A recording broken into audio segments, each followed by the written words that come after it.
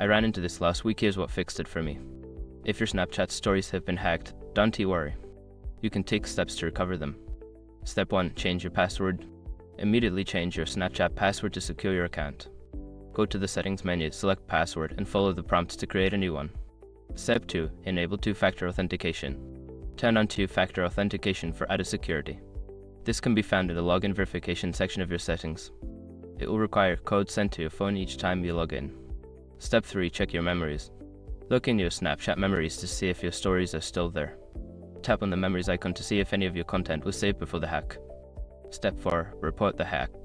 If you can't recover your stories, report the hack to Snapchat. Use the support option in the settings to submit a report detailing what happened. Step 5. Monitor your account. Keep an eye on your account for any unusual activity. Check your friends list and story views to ensure everything looks normal. If you notice anything odd, take action immediately.